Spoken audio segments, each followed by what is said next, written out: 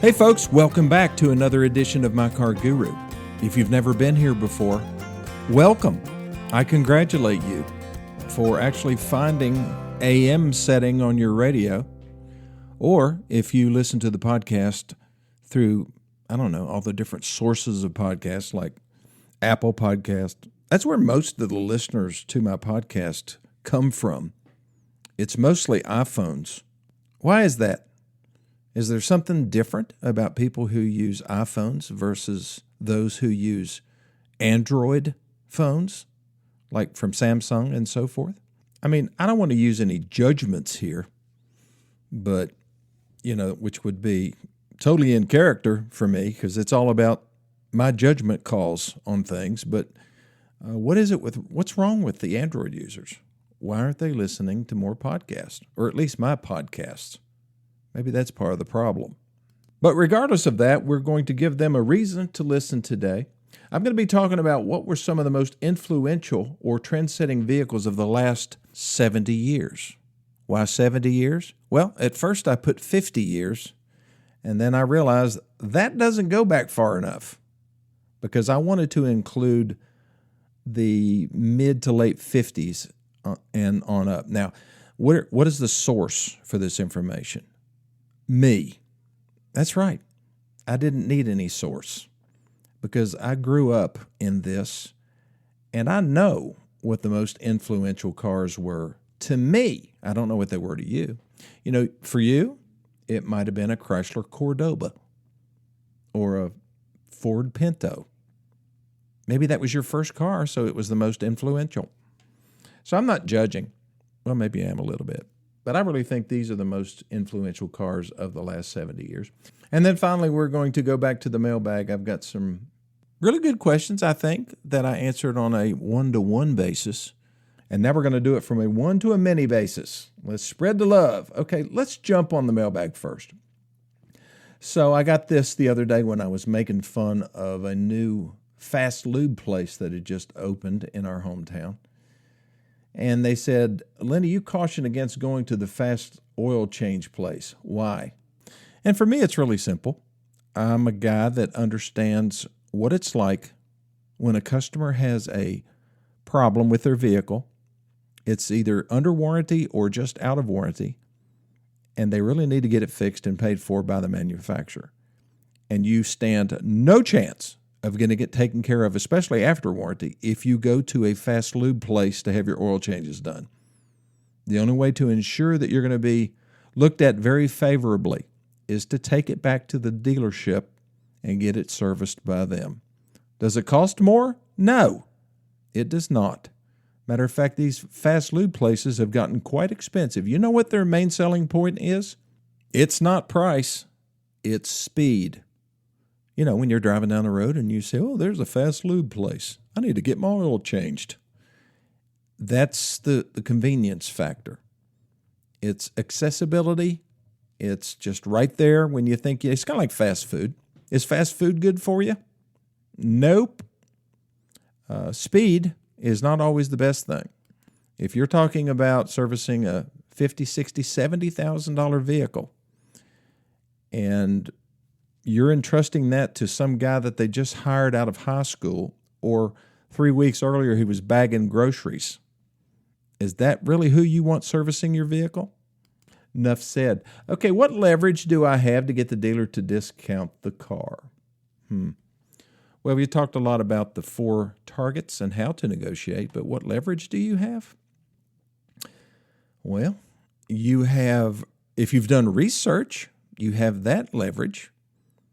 If you have sent your information to me that you're interested in to my personal cell phone, 423-552-2020, then you've got facts and figures from a car guru, so you've got that leverage, or you've done research yourself. You've shopped around online, gone to different dealer websites. You maybe have gotten some price quotes from some other dealerships. That's leverage. Not if you just say it. If you have something in writing, something printed out, they're going to believe that a whole lot more. You also have your feet. Yep, you can leave. You can walk out. How do you do that without being mean? It's not hard. Mr. Salesperson, I appreciate that price, but it's just not acceptable. I'm not paying that much for the car. You've not discounted it enough. So we're just going to leave right now. It's been nice meeting you. Watch the price drop. They'll scramble. See, this is just being confident, not being a smart aleck, as my mom used to call me occasionally. Lenny, don't be a smart aleck. You don't have to be a smart aleck. You just tell them like it is. Tell them what the score is. I'll tell you another thing you can do. This always works. It's always intimidated me especially in the old days. It doesn't anymore. There's not much that intimidates me. Pull out a calculator. Before you start talking, just reach into your pocket or turn on the calculator app on your iPhone or Android if they have one.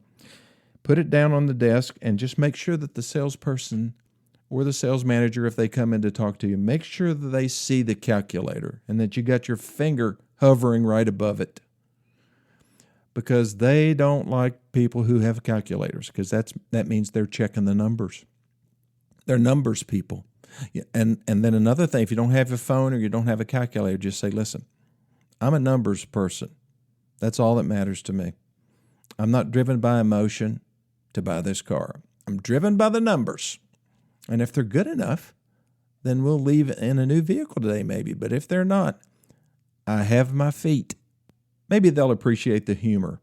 I don't know. I really don't care.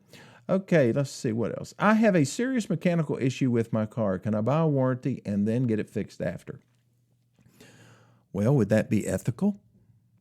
No. Do you care? A lot of people don't.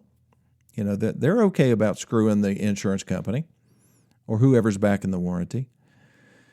And more than likely, folks, if it's a serious issue and you buy one of these warranties from that they advertise on TV or the radio, they're going to send an adjuster. And the adjuster is an automotive mechanic, somebody that has a lot of knowledge about these kind of things. And they're going to require that the dealership or the repair facility to do a tear down, and they're going to look at the parts and they're going to look at the fluid, and they're going to know that you are lying to them, and they're going to deny coverage. So, no, don't do that. After you get it fixed, maybe you go to the dealership where they sell that brand of car and buy a warranty from them. Not too long ago, probably, 8, 10 years ago, you couldn't buy a warranty from a new car dealer or a used car dealer after you already bought the car. You had to buy it when you bought the car. And then all these other companies came in. I think some laws changed. And so you can buy a warranty now. But don't try to fool the dealer or the adjuster, because it's not going to work. That being said, I'm going to take my first break. I'll be back in just 1 minute.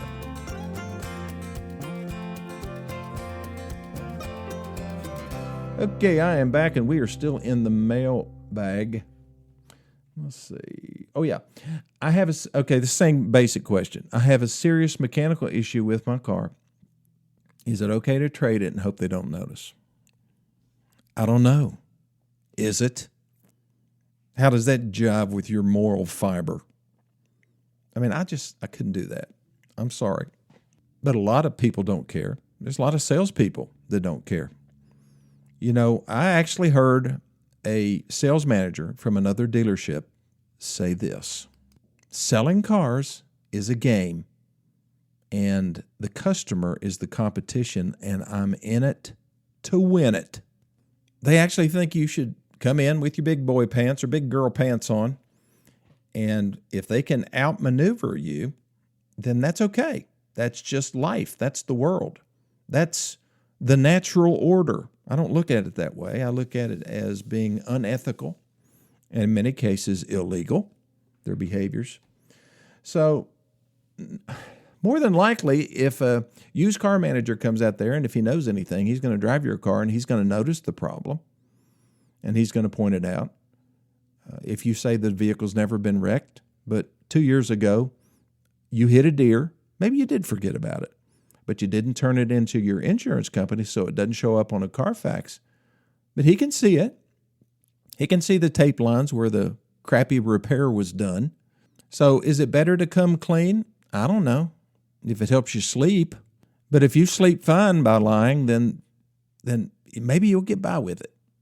more than likely you won't. But I've had it happen to me. I've had people trade cars. Oh, it's fine. Everything's good. And it doesn't make any noise when we test drive it on a short test drive. And then, the next day the engine's ticking. There's a ticking noise when it was cold and it was warmed up and customer didn't disclose it. There is a book over on that bookshelf right over there. The title of the book is Buyers Are Liars Too. You know who gave me that book? My daddy. And it really is an interesting book about deception and how it started in the car business. It's more of an indictment of dealers because their deceptions, salespeople too, their deceptions led to the mentality on the part of customers. Well, he's going to lie to me, so I'm going to lie to him too. It's just not a great place to be, is it? Feeling that you can't trust the person in front of you. But, I can spot a liar a mile away. It's the body language. It's the tone of speech. It's, when people aren't telling the truth, as soon as they say something, they'll look away from you. I mean, there's all kinds of little clues that people give you that what they're saying is not exactly true. I hate to call somebody on a lie, though. Oh, no, we've never wrecked the car. And then we go out there and we find, it's been hit right here. Oh, yeah. Yeah, I forgot about that. That's why I recommend that people take pictures. Put them in your glove box. If you hit a deer, put a picture of the damage, and then we know that it wasn't totaled, that the whole front end wasn't knocked off. It was just Bambi, that hit the side of it and didn't survive. Okay, this is the one I got last week. My steering wheel is way off center. How can I fix that, Lenny? Well, my 1957 Chevy that I just bought, the steering wheel is really off kilter. I've got to have my steering wheel level. I don't even like it if it's slightly off. Is yours slightly off? You know how to fix that? Well, you're going to have to take it to a dealership or a tire store that has an alignment machine, and they're going to have to do it. It's stuff that has to be done underneath the vehicle. Now, that's one thing you should check if you get a four-wheel alignment or a two-wheel alignment. When you're driving home, now hopefully the dealership would have checked it or the tire store. But if that steering wheel isn't lined up, then just turn around and go back. Say, listen, my steering wheel's crooked. They're supposed to use this little apparatus that attaches to the steering wheel, and it keeps the steering wheel straight while they're doing the alignment, and that will make sure that the steering wheel is straight when you take it down the road. But that just bugs me. Don't like that, so I got to get my 57 Chevy up on the alignment rack and get them to straighten up my steering wheel. Okay, let's see. Lenny, you say that we should replace all four tires when only two are worn out. It does sound kind of foolish. I mean, if your rear tires are fine and your front tires are slap worn out, why not replace just the fronts? Well, you can. It's just one of those situations where if it's a front-wheel drive car, you haven't done your job by rotating your tires, because if you had been rotating your tires every 5,000 miles, the fronts and the rears would be worn out at the same rate. So that's on you. But I just really don't like it when I see mismatched tires. If I trade for your car, if you're in the market to trade and you go in and they see that you got brand new tires on the front and the rears are worn, then they're going to want to replace the rears, and they're going to deduct that from your appraisal. You may not feel it or notice it, but they're going to. And also, I just like for all of my tires to start out the same. And that's just a personal preference.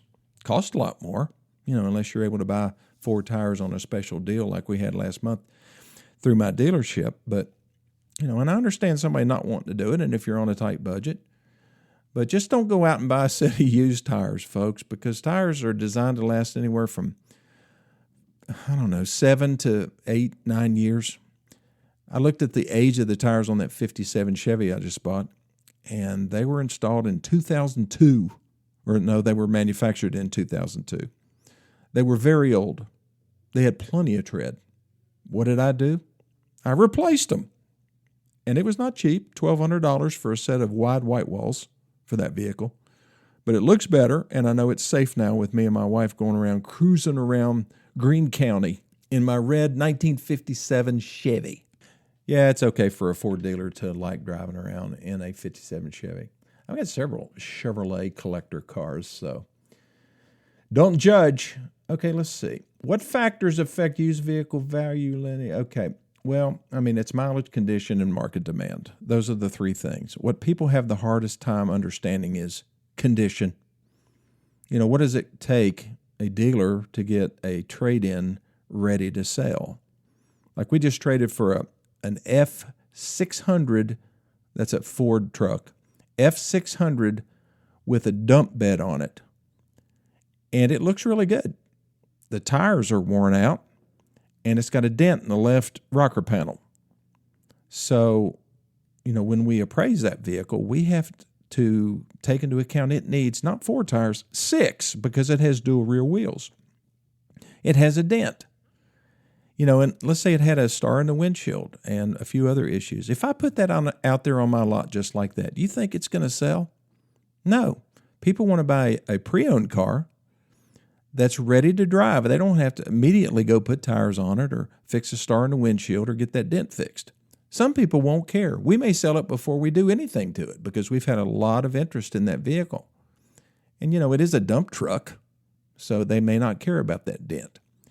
But on a typical used vehicle, we need to make sure that everything is ready to go. And if your vehicle is traded into us and it's not ready to go, then we have to take that into account and allocate a certain amount of money and take that off of what we pay you for your trade-in. That's fair, isn't it? Of course it is. Okay, I'm going to take my last break, and I'll be back, and we'll talk about the most influential and trend-setting vehicles of the last 70 years, which I'm almost there, so we'll be back in just 1 minute.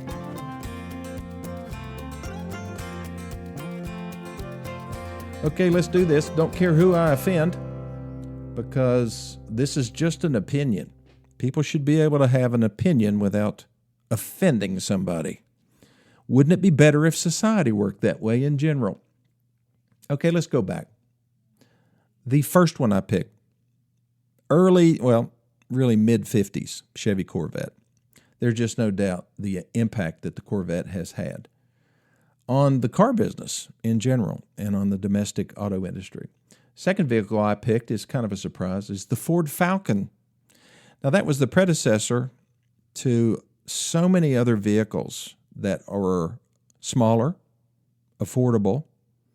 I don't know what you could compare it to. Like, okay, so let's say the Honda Accord is now a big car. The smaller version wasn't available back in the late 50s and early 60s. There was no smaller alternative. But see, in modern times, you had the Accord and then you have the Civic. So Ford decided to come out with the Falcon, and it was a great seller. And then Chevrolet followed with the Chevy 2 and so forth. But the Ford Falcon was a trendsetter. At that same time, Chevrolet came out with the Corvair. And a lot of people say, well, the Corvair wasn't any good. Yes, it was. People didn't know how to drive a rear-engine car with swing axles. And they didn't read the owner's manual, which said you had to put 15 pounds of pressure in the front tires and 25 in the rear. And so it was considered, it was written up in Ralph Nader's book as unsafe at any speed. But why it was a trendsetter? Because it was a unibody constructed vehicle. It didn't have a frame. The body was the frame. And that was new stuff back in the early 60s, late 50s.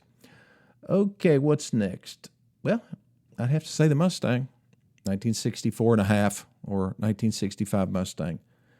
What a success. You can't name a car that's been really that much more successful than the Ford Mustang. And it's been around since that time. They never canceled it like Chevrolet did with the Camaro. Now, the Mustangs hung in there, and it created the whole pony car. Well, you may not have ever heard of a pony car, but that's what that class of vehicles is referred to. The pony car. I guess because the Mustang, was a pony. And so Chevrolet responded in 1967 with the Camaro, and of course Chrysler came out with several different competing vehicles, but none as successful as the Mustang. Okay, another Ford is the F-Series truck. Yeah, I know Silverado's a great truck, and Ram trucks are okay, and GMCs are fine, and Toyota Tundras are okay if the engine doesn't blow up. But yeah, the F-Series truck, number one selling truck for the last 47 or 48 years. That's pretty much a trendsetter. How about the Datsun 240Z? You know, it was just a beautiful car. It surprised everybody in America, and it was a great seller. It had a lot of imitators. The Mazda RX-7 came out and tried to unseat the 240Z, but you know, they just really couldn't. They were fairly successful as well, though. The Honda Accord. I mean, I remember when the Honda Accord came out. I think it was 1977 or 78. And we didn't feel threatened by that car. We should have. Yeah, it was a big threat. It really hurt domestic car sales and became eventually the number one selling car in the country. It's not anymore, but there for a long time it was. I've got to mention several real quickly. Chrysler minivans, Mazda Miata. Believe it or not, the Dodge Intrepid, that whole family of cab-forward designed vehicles, it was very successful for Dodge or the Chrysler Corporation. The Dodge Viper, really the first true competitor for the Chevy Corvette. Hyundai and Kia, hate to admit it, but boy, they were nothing back in the old days. And here they come into this country, and now they're one of the top sellers, and they do a fantastic job in most cases. The Jeep Wrangler, the Ford Edge, the Mini Cooper, the Chevrolet Suburban, the Ford Explorer, the Toyota RAV4, and most recently the Ford Maverick. You know, most of these vehicles were unlike anything that had come before, or they just dominated when they came out and just opened people's eyes to the possibility of a new type of vehicle, something that was going to have an impact on other car companies because they were going to have to respond, or it just created a whole new segment, just like the Mazda Miata or the Ford Edge. You know, the Ford Edge was one of the first personal size SUVs, and it had a huge impact, and we sold a bunch of them. What did Ford do? Eliminated it. Yeah, 2 years ago, I think, was the last year. But that's the way it goes. Times change. And one thing that doesn't change is that I'm here. I'm here to help you with your car buying, car servicing, car repair decisions. All you have to do is get in touch with me, 423-552-2020. Send me a text or send me an email to lennylawson2020@gmail.com. And the guru will be here for you. I'll see you next time.